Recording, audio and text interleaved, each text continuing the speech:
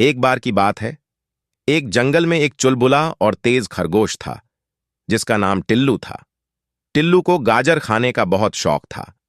एक दिन उसे एक जादुई गाजर मिलती है जो उसे असाधारण शक्तियां देती है। अब टिल्लू अपनी नई शक्तियों का मजेदार और चौंकाने वाला इस्तेमाल करने लगता है। एक दिन टिल्लू जंगल में खेलते खेलते एक चमकती हुई गाजर पर नजर डालता है। यह कोई साधारण गाजर नहीं थी, यह जादुई गाजर थी। जैसे ही टिल्लू ने गाजर को खाया, वह सुपरफास्ट हो गया। अब वह हवा से बातें कर सकता था। टिल्लू अपनी नई शक्ति का प्रयोग करने के लिए तैयार हो गया। उसने सबसे पहले एक हाथी को चुना। वह इतनी तेजी से हाथी के चारों ओर भागने लगा कि हाथी को लगा जैसे वह सपने में है।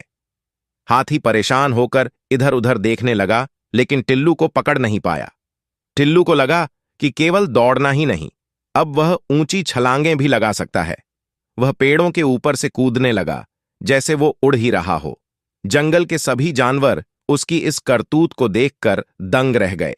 पक्षी भी हैरान थे कि अब टिल्लू भी उनकी तरह उड़ सकता है। टिल्लू की शरारतें देखकर चतुर लोमड़ी फॉक्सो को जलन होने लगी। उसने टिल्लू को पकड़ने और उसकी गाजर चुराने की योजना बनाई, लेकिन टिल्लू की तेजी के आगे फॉक्सो के सारे प्लान फेल हो गए।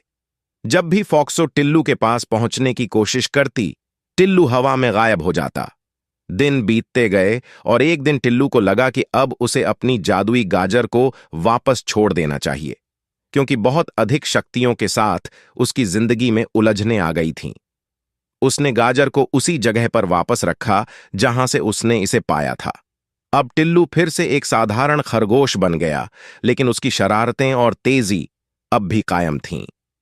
इस कहानी से हमें सीखने को मिलता है कि शरारतें मजेदार होती हैं, लेकिन हमें अपनी शक्तियों और क्षमताओं का इस्तेमाल सोच समझकर करना चाहिए।